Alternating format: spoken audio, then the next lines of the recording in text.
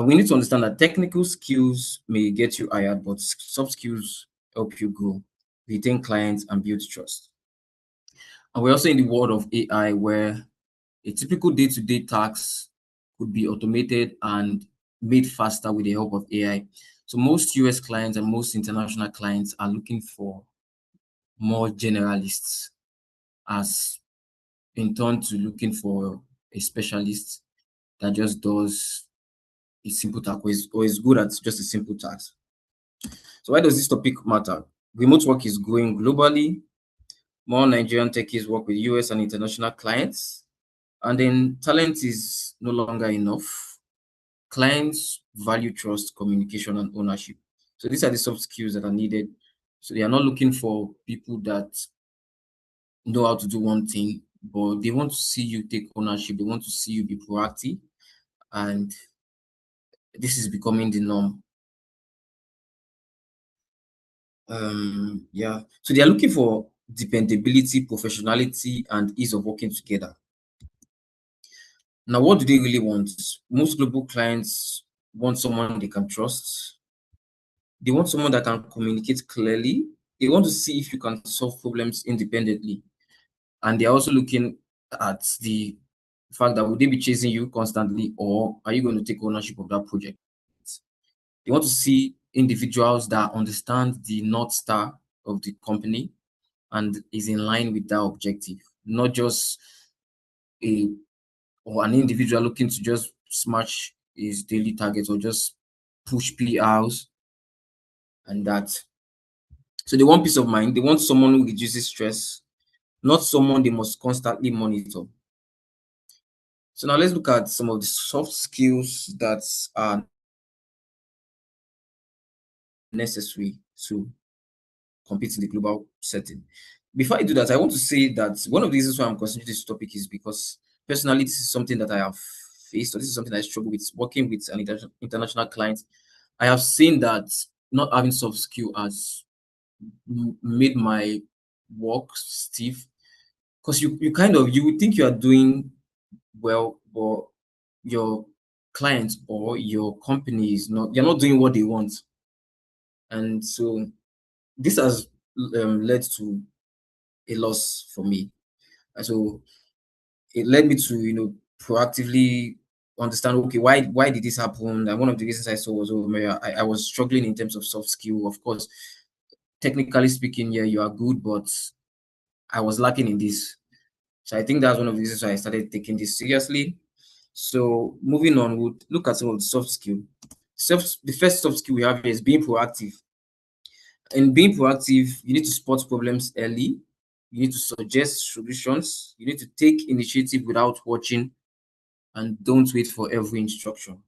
And so, like I said before, these were some of the things I struggled with. I would always wait for an instruction, but particularly US clients, they shy away from this.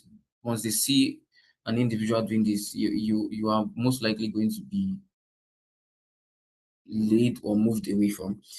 So they want to see you spot problems early. They want to see you be proactive, take initiatives rather than waiting for an instruction. They want to see you suggest those things. So instead of saying, you could say there's a bug, here's the cause, and here's my fix. Now, this signals that you know what you're doing rather than you waiting for an instruction. The next soft skill is the ownership mentality. So they want to see you treat tasks like they matter. They want to see that you follow through completely. They want to see that you care about outcomes and then you take responsibility. And an example is, instead of you saying, oh, that's not my department, you could say, oh, let me help solve this. All right, so this is also one of the things they look out for, the ownership mentality and collaboration. This also comes in form of collaboration. They want to see that, oh, you're not a lone wolf, but you can work with others, you can collaborate with others, and you can do that in a seamless manner.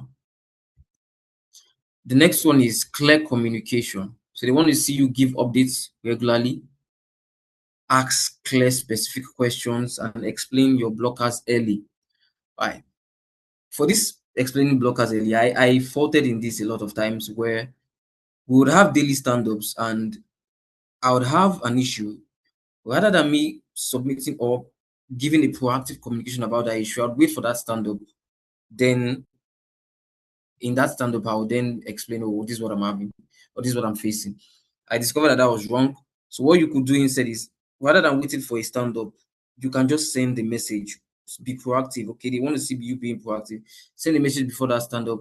Say what you are facing. Say what you are trying to do to resolve that.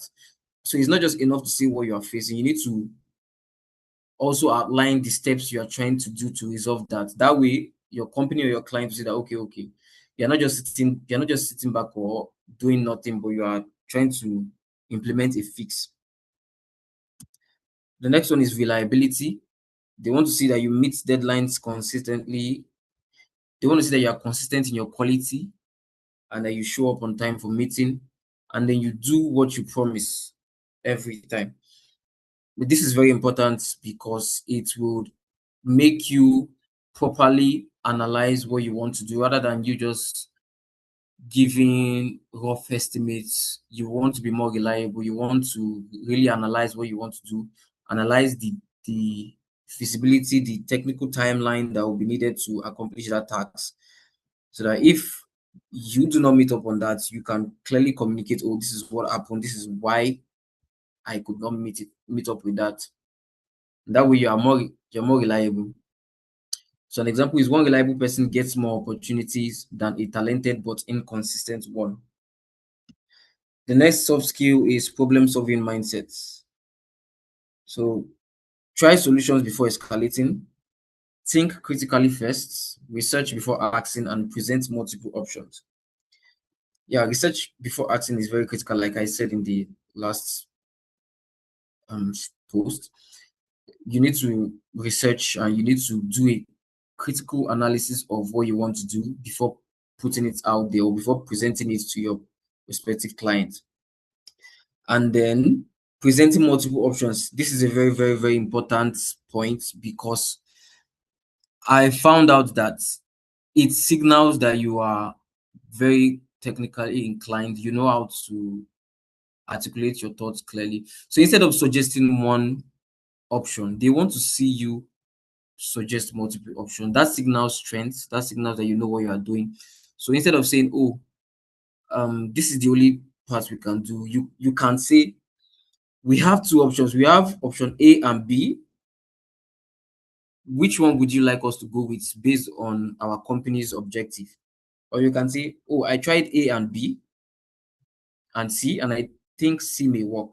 That way, you are bringing your clients into the loop, and you'll be able to understand your thought process and understand your point of view more. The next skill is time management.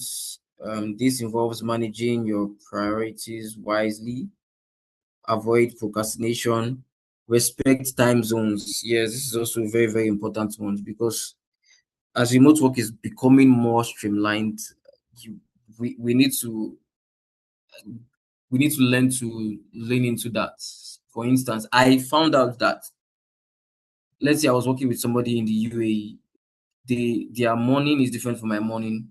So I want to change my schedule to ensure that I'm waking up when he's waking up, even though that's not easy. But I want to wake up when he's waking up so that whenever he sends a message, I can respond faster. And that way I'm more proactive. So I did that and I discovered that, yeah, that worked. Yeah, that worked for me. So yeah, you want to respect your time. So you want to plan your day intentionally.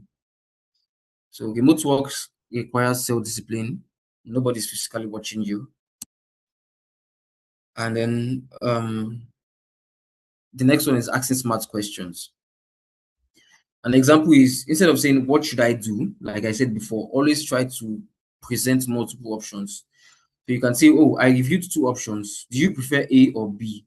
That way, you bring in your client or your colleague into your thought process, and then it will give him more options to clearly or make better decisions. Now, these are common mistakes to avoid. Waiting for instructions instead of taking initiative. This is something I struggle with a lot. This is something I know a lot of techies in Nigeria do. Poor communication, defensiveness when corrected. Yeah, we tend to do that a lot because of we sometimes understand that the client doesn't understand the technical difficulty we are facing. But they don't understand. We need to be we are the ones that we need to make them understand what we are facing. And we're not going to do that on stand up. We need to do that before the stand up so they know that yeah, we're more proactive. Missing deadlines silently, focusing on technical work. Yeah, that's something we do as well. Right. For me, I shy away from anything that has to do with standing in front of a camera, still meetings. Meetings sometimes make me very, very, very what's the word now? It's let's just leave that. Anyways, so yeah, defensiveness when being corrected, focusing on technical work. Many talented people lose opportunities because of habits, not lack of skills. So how do we build trust with our US clients and remote clients? We communicate early, we deliver consistently, we should be honest about delays, we should solve issues calmly, and we should be professional always. Trying to repeat time. Now, what makes someone senior than a junior? Ownership, judgment, communication, dependability, leadership without title. So yeah, as I take it, this will be what will separate you from a junior. They want to see you be proactive. I think I've said that a lot of times. That proactiveness is one thing I've learned. To being proactive will stand you out a lot. So yeah, here's how to improve daily: send clearer messages, plan tomorrow, today, give status updates, learn to receive feedback. Okay, you can improve through daily habits, not one-time motivation. And here are the key takeaways. Technical skills open doors, but soft skills will create growth. And then when you take ownership, you will build trust. Communication would reduce stress, and reliability would create more opportunities for you. All right, so that comes to the end of my presentation. If you have any questions, please feel free to ask. Adigwe, please go ahead and ask your own question and call on anyone on the call to respond because of our time. Okay, all right. Okay, so which soft skill do you think is most lacking in remote teams today? If anyone can answer that, just please raise your hand. I don't think it's. Com- I'm fine. communication. All right, communication. Yeah, that's true. Communication is one skill that is lacking in most teams. Okay, thank you. I think that comes to the end of my presentation today.